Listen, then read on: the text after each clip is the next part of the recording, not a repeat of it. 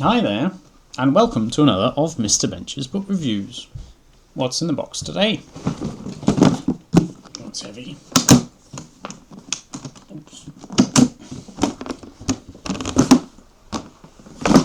It is Dr. Seuss, the Bippolo Seed, and Other Lost Stories. Now, I've done a couple of these before, so today will be one of the lost stories. Not the Bippolo Seed itself. Today we're going to have Gustav. I'm going to go with Gustav the Goldfish. Nice alliteration. It says TT there, but I believe they are not Gustav the Goldfish. They're probably Tad and Todd from the next story, judging by their initialed jumpers. No, we're going to do Gustav the Goldfish. It's on page 22 and it goes to page 34, so it may be quite long, or it may just have lots of pictures. There are lots of pictures. There's probably the goldfish there. Not there. There it is. So that's probably Gustav, and there's someone looking a bit confused with a box of fish food. So we'll see how we get on. So I've done these before, so if you search through the playlist, I'm sure you'll find a couple of other ones. But today we're looking at Gustav the Goldfish. Gustav. Let's see Gustav. The man who sold Gustav the Goldfish to us. This is probably this tie-wearing person here talking. Had warned us, take care when you feed this small cuss. Not sure what cuss means in that regard. I mean, if it's like being offensive or if it's just another word for fish, I really don't know. Just feed him a spot. If you feed him a lot. I'm going to start again. The man who sold Gustav the Goldfish to us had warned us, take care when you feed this small cuss. Just feed him a spot. If you feed him a lot, then something might happen. It's hard to say what. Okay. That's what the man said. So I tried to take care, just to feed Gus. That'll be short for Gustav. Well, all the more reason to call him Gustav than Gustav, because that would be Gus. And Gus is probably going to rhyme with us, or puss or something like that at some point. So let's go with Gus. Just to feed Gus a pinch. There he is, you see he's doing his little pinch of fish food there. Don't know why he's just, maybe he's putting some back in the box so he doesn't get too much. But it never seemed fair, because he always looked sad when he gulped down the stuff, and his eyes seemed to tell me, this isn't enough. The eye is definitely doing something interesting there, it's bulging. Then he'd always blow bubbles as much as to say, come on, don't be stingy, I'm hungry today. Gus had to have food, not a spot, but a lot, and here he is, chucking in the whole box. I expect this is going to lead to some sort of disaster. But let's see. No matter what happened, I didn't care what. Well, then he's fine. So finally one day, poor old Gus looked so thin, I took the whole box and I dumped it all in. I mean, depending how full the box is, that might not be that much, but judging from the picture. And Gustav is grinning his head off there. He almost looks like Sharky from Sharky and George. Or possibly George. Anyway, looks like a very happy, smiley, dancing fish. Whether he's called Sharky or not. But the second I did it, I saw I'd done wrong. But you say you didn't care what happened. That fish food, I guess, must be terribly strong, or maybe just put in too much of it. The second Gus ate it, he grew twice as long. I'm not going to start measuring the pictures. He grew twice as thick, and he grew twice as wide. Well, this is some proportion, then. Thickness, length. Is it fish measured in length, width, and thickness? Those are the 3 dimensions of a fish. I mean, the length, I guess, is head to tail. The width, I guess, is what I would call the height, and then the thickness is the breadth. I don't know. I know horses are measured in hands, but I don't know if that's very useful information here. I don't think it is. Too big for his fishbowl. His tail was outside, and that's nice. It is. It's sticking out the top. That's the smart way to do it if you're too big for your fishbowl. If you stuck your head out the top, I don't think fish like their gills being exposed to the air, so it's a good survival mechanism that the fish seems to have there. He was bursting the glass. He was big as a trout. Well, they just have to know your different fish sizes, don't you? Which I'm not sure I do. But I'll assume a trout's bigger than a goldfish, on average. I grabbed for the rose bowl. Seems what I would call a vase, but that could just be an Americanism. Calling it a rose bowl. I yanked the rose out. My mother's best bowl. But I spilled Gustav in it. Into it, I would normally say, but he's having to cut corners for his rhyme here, as you can see. But what was the use? Because the very next minute, I mean, that's a nice rhyme, but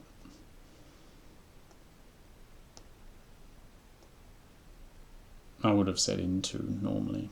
So it kind of puts a slight tinge of imperfection on the rhyme. Gustav was as big as a shad. That's got an exclamation mark. And I don't know what a shad is either, but I guess it's bigger than a trout. We're probably going to escalate. We'll have probably shark. It's quite big. Maybe a carp. Could be quite big. I don't know. I may even say big as like a cruiser or something that isn't even a fish. We'll see. I don't know what a shad is. I'm so afraid. It's tricky with Dr. Seuss because you never know whether these are even real words. I mean, I know trout's a real word, but shad could even just be a made-up fish that's slightly larger than a trout. We don't know. Well, you may. Put in the comments if you do know how big a shad is on average. I could learn something. And he looked through the glass, and he looked mighty mad. That must be the fish he's talking about. And he splashed and he thrashed, and he burped and he blew, as much as to tell me, I blame this on you. So he's implying that the fish doesn't want to be growing like this. This is your fault, because you fed me a lot. Get me out of here quick, get me out of this spot. They rhymed spot and lot earlier, and it was a mid-line rhyme, but it still felt like a rhyme. So that seems a little bit... I mean, it's a different usage of spot. Before it was meaning a little bit of food, and now it's meaning a sticky situation. But nevertheless, it's a very similar rhyme. And not in the kind of repetition like a chorus or a theme. It's just being used again.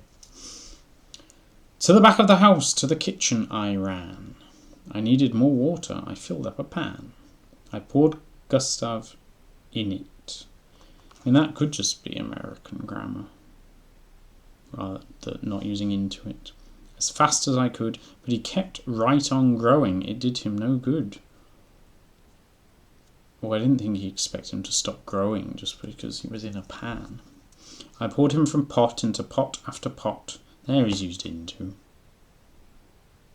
So he's not being consistent. Which would be very confusing for language learners who are trying to learn their prepositions. I poured him from pot into pot after pot, but the faster I poured him, the bigger he got. Well, maybe there's a correlation there. Stop pouring him. Maybe he always grows to the size of his surroundings. There are things that do that, I think. Gas fills its surroundings, gets kind of more dissipated in terms of molecular density, but I'm pretty sure it. So maybe that's just maybe Gustav has become Gastav, as it were. It's not very good, is it? But yeah, maybe you should stop putting him in bigger pots. Then I ran out of pots. Well, this could be the end then. But poor Gustav still grew. Oh dear. Theory debunked. Oh, it's awful what one box of fish food can do. This is quite nice. They've got a whole series of pots of different sizes here in the picture. Can you see that? I mean, you can't see exactly what size they all are, but there's a bathtub in the background. Oh no, that's not a bathtub. That's the sink, I think. Oh, he's in the kitchen, so it'll be the sink. He's running up the stairs now. Water! More water! He'll die in the air. I quite like that. Like, to the back of the house. And here, water, more water. Like, starting a new paragraph or page even, just like an urgent cry. They're not saying, I needed more water, saying, water! Quite really emphasises the urgency of what's going on and the panic in, we don't know his name, but whatever his name is, it's Boy, just call him Boy, in Boy's mind. He'll die in the air. Well, I said that earlier. About the gills. I raced from the kitchen and up the hall stair, upstairs to the bathroom, and oh, what a climb, because the fish in my arms grew and grew all the time. Each step he kept groaning and rolling his eyes. When I got to the top, he was halibut size. Well, he's grown quite a lot since he was as big as a shad, so I guess a halibut is a few sizes bigger than a shad. He was almost too big for a fellow to lug, but I got to the bathroom and put in the plug. I quite like that rhyme. Lug's a nice word. And I turned on the cold water tap to full blast. Gustav, I panted, you're safe now at last. Gustav, I panted, this tub ought to do. It holds my whole family. It ought to hold you. Is that the happy end? I don't think it is. Yeah. Ought to is what do you call it? It's kind of a hint to the reader that it actually won't. Yeah, no. Judging by these pictures, it's all gone horribly wrong. But it didn't hold Gustav, there you go. He kept right on growing, and soon the whole bathtub was full. Overflowing! It's just a one-word sentence with an exclamation mark. I quite like it, like the water earlier. Slightly different usage, but has a similar effect. I like it. And my parents, I knew, would be very upset, because the water was making the bathroom quite wet. All water does that to things. It was up past my ankles, my knees, past my waist. Picture is in alignment with that. And I saw Father's shaving brush, toothbrush, and paste. Well, there they are. They've drawn them individually swimming around in the water. Bobbing round in the ocean. But what could I do? Because Gustav, my goldfish, still grew, and he grew. He was big as a dolphin. That's not a fish, but it's an aquatic mammal. A porpoise. Is a porpoise a dolphin as well? I think so. A seal. Well, that's... well, we're getting onto... I mean, a seal's kind of land-based even. I mean, certainly more land-based than a dolphin. And certainly not a fish. Oh, why did I ever... I mean, neither's a dolphin, but... We're getting further away from the fish kingdom, I would say, in terms of shared characteristics. A seal. Oh, why did I ever feed Gustav that meal? I don't know if it's growing legs as well. No, it doesn't seem to be. Oh, why did I ever feed Gustav that meal? Just because I was careless and fed him a lot, I would drown in this bathroom as likely as not. Yes, it was very much just the size of these mammals, because he's still worried about its breathing, having to be underwater. I mean, he said earlier he didn't care what would happen, and then he started caring very quickly. Could have just gone, okay, he's grown, it's going to die. Said he didn't care, but he has started caring. So there you go. Then bang! With a crash and a terrible roar and a splintering smash, we burst right through the door. That will be the bathroom door. And Gustav and I shot out into the halls and back down the stairs like Niagara Falls.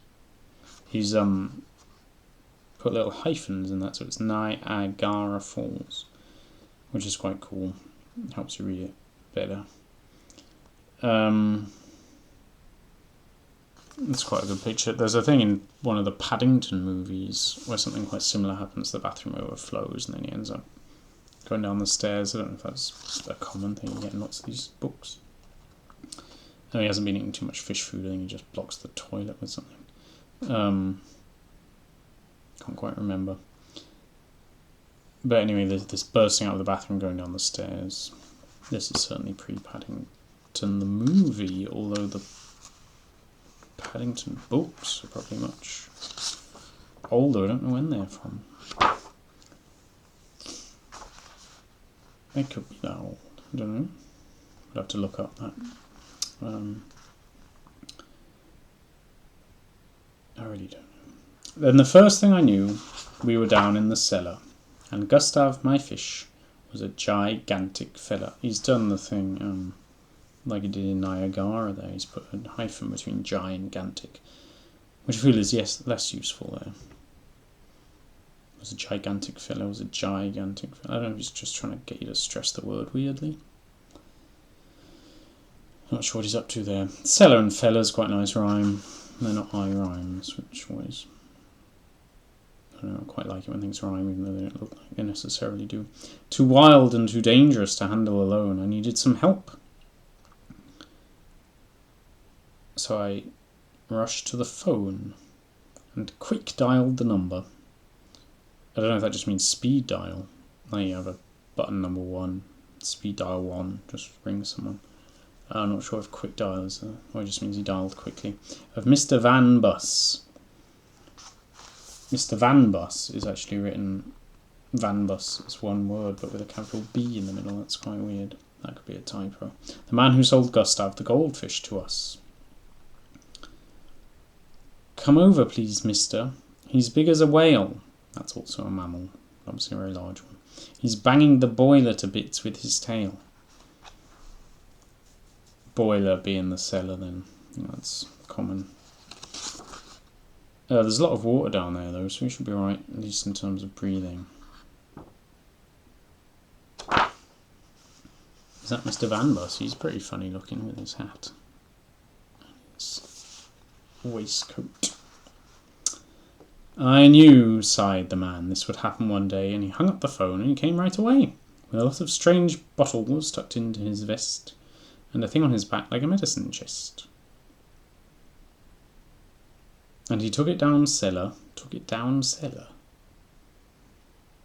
Oh, sounds like a Yorkshire dialect. I'm not going to do the accent, but you say going down pit instead of I'm going down the pit or to the pit. Took it down cellar and worked underwater on Gustav for more than an hour and a quarter. Well, there you go. 175 mins. What he did, I don't know, but he must have been wise, because he shrank Gustav back to his regular size. That's a bit of a cop-out. Not thinking of a way of Van Bus to reduce the size of the goldfish. I think there's a thing called a Deus Ex Machina or something. Where some bloke just shows up with a tash and just saves the day inexplicably. Well, I mean, I'm not saying it's inexplicable. You could have explained it, but without offering an explanation of how it's exactly done. And that's a bit of this. It's a Van Bus Ex Machina. Effectively. And he said, this is Van Bus, I guess, as he handed my fish back to me, it was mighty hard work, boy, but this time it's free. If it happens again, I shall charge a big fee. So next time take care. And he stalked through the door. Since then I fed Gustav so much and no more. Since then I have not fed him more than a spot, because something might happen. And now I know what. Well, I'm not really sure if that one's supposed to have a moral. If you've watched the one about the rabbit, the bear, and the Zinniga Zaniga, you'll see that it ended with a very clear moral. Which is another of the lost stories from this book. Whereas that one is basically boy is given clear instruction, boy ignores clear instruction, boy creates disaster, boy is saved by weird potion carrying bloke. Everything goes back to normal. I mean, it could be that that's all in his imagination. You do get these books where something weird happens, but actually it hasn't actually happened, and he's just imagined it. So it's just like gives him a bit of extra food, and then he imagines what might have happened, and then it goes back to normal because actually nothing happened. Or it could be saying that, like, don't worry, kids, you're gonna mess up, but parents / grown-ups. Yeah, he's got a tash. Mr. Van Bus must be a grown-up. Pet shop owners will help you, even if you mess up. So, experiment, go wild. don't bother listening to instructions. Discover the world, see what happens. The only thing I didn't really like, well, I'll say the main thing I didn't really like was that he said he didn't care what happened, and then he just did immediately care. Like, he could have at least not cared for a little bit. He could have been like, okay, it's double its size. Fair enough, I'll put him in a bigger pot. He started panicking straight away. Though it's possible the text didn't quite convey how alarmingly the fish was growing. I mean, it kept saying he grew and he grew, but maybe it was okay for the boy to start caring nice and quickly. But anyway, that was another of the lost stories. If you'd like another one, do let me know in the comments, because there are 4 more that I haven't yet done, so I may do them some other time. Until then, see you next time for another of Mr. Bench's book reviews. Bye!